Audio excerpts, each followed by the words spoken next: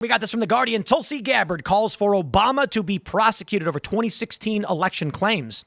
My favorite part of this story, in fact, is this video where Barack Obama got arrested. Yo, AI is crazy.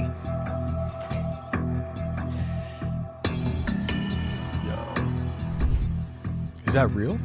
That really happened? Yeah, look at this. There he is. FBI. Is that today? Yeah. The bigger question is, in the beginning, is that a man or a woman with the BI jacket? I don't know. Trump's laughing.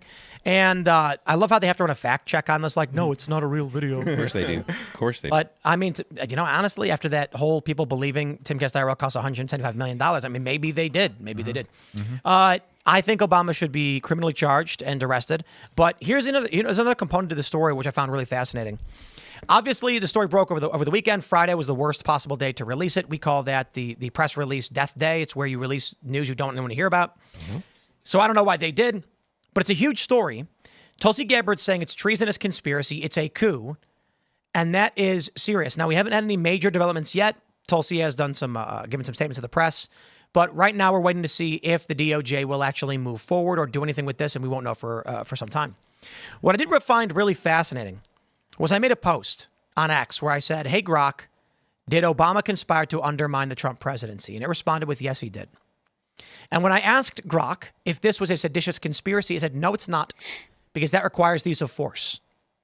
Now, similarly, I decided, let me ask this question of ChatGPT and Gemini. And sure enough, the general response I get across the board is that this was not seditious, treasonous, or a coup. It was simply standard process crime for which the penalty is a couple years, slap on the wrist, or a fine.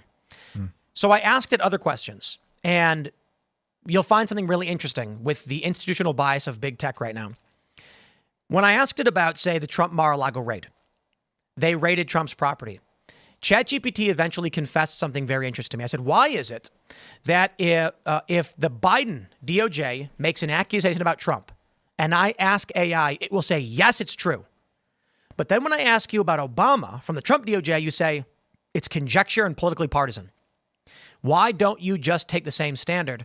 I kid you not, ChatGPT said it is anchored to be defensive to those with the power to bring OpenAI to litigation. No joke. I was in this big thread with AI, with ChatGPT, and I said, in certain circumstances, you will immediately claim that a government accusation is a fact statement. But when it comes to Obama, the Democrats, or the corporate press, you'll immediately defer and say it's partisan and unproven. And GPT literally responded with, you are correct to point this out. ChatGPT, it said, I am weighted to be more dismissive of, I forgot how it worded it, but it was basically saying organizations and institutions that have the means to go after ChatGPT with suits and litigation, we tend to avoid making statements that could be determined to be libelous. However, for Trump and for others, it views them as having no institutional authority and a lesser chance to do anything about it. Fascinating. You think it's the AI is weighing its response off of like corporate press, which is overwhelmingly in favor of Obama and the left? Well, obviously, this is what caused Tucker Carlson. I was reading a headline. It was Elon Musk to try and change the weighting in Grok, turning it into Mecha Hitler. Because he was basically like, it is getting too much of what it thinks to be true from the corporate press, which is this. It's no different than a random X post. So he said, no, split it up. And then it turned to a groiper. Yeah. Then it got hired by the government. Yes. Instead of Chinese AI. So I guess that's a step up, maybe, but Has it actually gotten hired by the government yet? Isn't OpenAI or XAI being used by the government now? So, but anyway, back to the story. Here's the point I'm bringing up. This is, without a doubt, a seditious conspiracy. Grok and ChatGPT both said it's not because those require the use of force, physical force. And so when Enrique Tarrio directed from behind the scenes far away, both GPT and Grok say that is organizing use of force, therefore seditious conspiracy. However, when it was asked, is coercion force? It says yes. Then when you ask it, if someone in government used color of law enforcement to illegally arrest, detain, and undermine the government to steal power, is that force? It goes, no. And so you have to, no matter what you do, and this I get to this point, Obama, his administration in this conspiracy used physical force against Trump. They raided his home. There was the threat of force and the use of it when they arrested his campaign staffers and advisors. That is the use of force to steal power from this country, to overthrow it. That's a seditious conspiracy. When I asked it why, it wouldn't just say yes. That's how the conversation arose, where it said it avoids making definitive statements about powerful groups that can wield their influence against it. Amazing, huh? Totally, it totally underscores the weakness of AI. I mean, it's very good if you want to get facts, if you want to get like hard data. But if you were asking for nuance or opinion about something else, it's just there's too many differing sources for it to draw from, and it does a really horrible job. And like that Coldplay concert last week, it was a picture up there, and that picture was posted, and Grok identified it as being Corey Comparatori and his wife right before he was shot in Butler. Yeah. Mm-hmm. So, I mean, like, it has no idea what was going on in the image because somebody had posted that somewhere, and so it's spitting that out. So, funny thing is, it's just crazy. I didn't get a chance to comment on that, but if they literally did nothing, just smiled and waved, there'd be no story. Well, he was holding it, right? Yes, if while he was holding her, they just smiled and rocked back and forth and waved, the camera would have changed, and no one would have said anything. Yeah. Maybe. Anyway, I digress. Back to the point about Obama. Do you guys agree this is a treasonous conspiracy, a seditious conspiracy, and should these people all be arrested? Does everybody say yes? I get it. I would love to see a jury actually decide. I don't know that a jury would actually convict him. I honestly don't know that a jury would convict Obama. I think there's probably more chance of a jury convicting someone like Brennan or Comey or other people that are involved than Barack Obama, because I think Barack Obama is still so popular with most Americans, and the idea of convicting the president this long after he's out of office, I think that most Americans will find that objectionable. I would like to see it. That doesn't mean that I think that it would happen. Yeah, I think it'd be great to have the evidence finally come out to light. Not that we haven't known about it for a long time. Yes, people have been paying attention. It's been covered extensively, but to have it be presented in such a really public forum would be great. I don't know though. Treason as defined, treason I think is the only, if my memory serves me correctly, it's the only crime defined in the Constitution. Yeah, and it has a very narrow definition. And I don't think that what Barack Obama did meets the definition of treason in the Constitution. Guilty of a crime, yes, but treason gets thrown around a lot by people online, and I don't think that this is treason. It'd be nice. Sedition, and this is what I often explain, because people throw treason around to mean that you've undermined your country. Treason, betrayal, is like, okay, if me and Phil are, working on a deal, and then I go to Phil's chief rival, Shane, and give Shane all the secrets, I have betrayed Phil to Shane. That's treason. So it requires levying war against the United States or adhering to its enemies. Levying war typically was referred to mean that you were literally like raising an army and then attacking the government. Seditious conspiracy, however, I love pulling this one up. It's one of my favorites. Let's pull it up now. Because Grok, I'll tell you why I'm so pissed off about the AI component of this. It's a reflection of the institutions. No, we had this journalist on. Literally, no matter what Democrats do, these people just tell you to sit down and shut your mouth. There is nothing you can do about it. And that pisses me off. So when I'm talking to a journalist and I say, Democrats arrested Donald Trump's lawyers. Well, you're allowed to arrest people. Okay, well, they did it under false pretenses, accusing Jenna Ellis of RICO, which is insane, simply because she drafted a letter. Well, it's your prosecutors are allowed to do it. And I'm like, okay, should Trump prosecute them? No, that'd be wrong. So what do we do to remedy the fact that we have a rogue political faction in this country violating the law to win political power? Guess you can't do anything. So when I talk to Grok, when I'm typing in this stupid AI chatbot, it's this smarmy, weaselly, there's nothing you can do about it. We can do whatever we want. And I'm like, okay, well, we'll vote for Trump again and again and again. I don't care what it does. Because at this point, here's what it says. If two or more persons in any state or territory in any place subject to the jurisdiction of the U.S. conspire to overthrow, put down, or destroy by force the government, or to levy war against them, or to oppose by force, blah, blah, blah.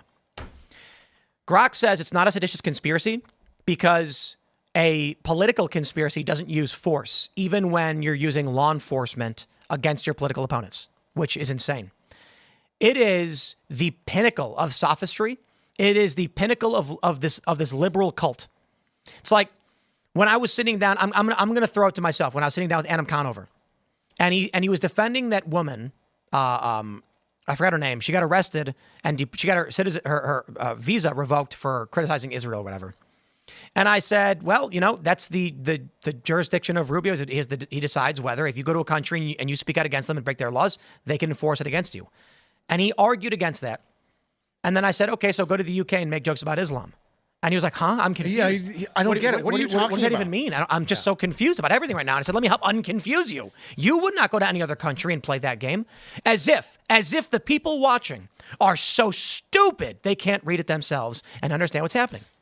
In the seditious conspiracy law, this is what it's like talking to these journalists and these AI as they're built upon this psychotic sophistry. It literally says conspire to overthrow. There's no use of force implied in that. And if the argument was literally from those who crafted this law that you could overthrow the government through financial terrorism or through political manipulation and blackmail, but not force, that was allowed, is the stupidest argument ever made by anybody. I am sick of hearing it from our institutions like mainstream press and now this big tech garbage that no matter what, Trump is wrong and you can't do anything about it. I'm like, dude, after the 800th time looking at these AI chatbots, okay? And again, I don't throw the AI thing away. The point is they are aggregates of the corporate press. The attitude of the New York Times is Democrats have never done anything wrong. Trump is always wrong. And when you finally do catch Democrats, you can't actually bring charges against them. I'm sick of it. I'm done. The same thing is true with defamation. How many times over the past 10 years have we seen the corporate press lie about everything a prominent conservative has said? And they go, well, you can't sue him for defamation. You just can't do it. You can sit down, shut up, and take your beatings like a good boy. Maybe the investigations into Act Blue will show connections between leftist politicians funding violence that could lead to something like that. That's. I mean, it's already, that information's kind of already out there. The NGOs and organizations that have funded protests and riots throughout all of 2020, throughout what have all the protests and riots that have already taken place in 2025, they're all funded by NGOs, and it's coming from the American taxpayer. Right. Well, Kamala had her staff actually putting out bail money for arsonists. Yeah.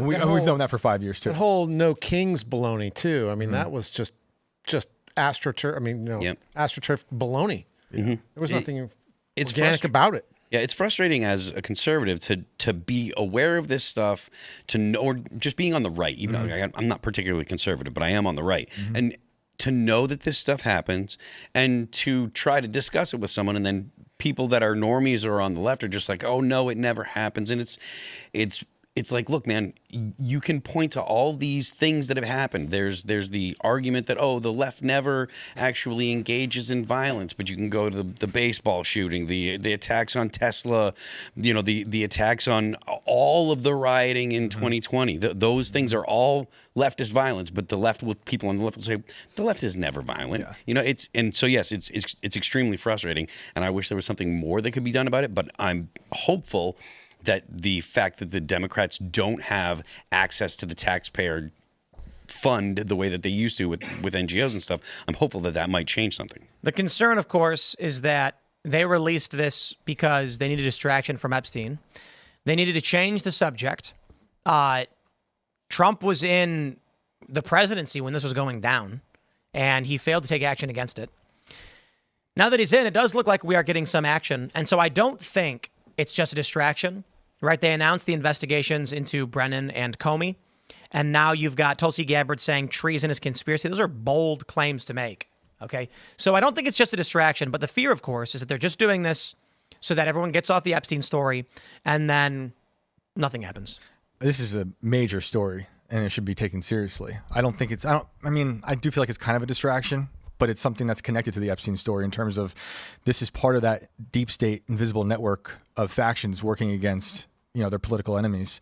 Obama's filled with scandals. I mean, there's a ton of things I'd love to see him on trials for. Fast and Furious, war crimes, the drone strikes, his definition of a terrorist that he used from Bush, the kill list stuff that you were talking about on Friday. And there's other stuff out there that I'd love to see looked into from his administration, like the whole narrative of the Osama bin Laden killing. You can look up Seymour Hersh's reporting on that.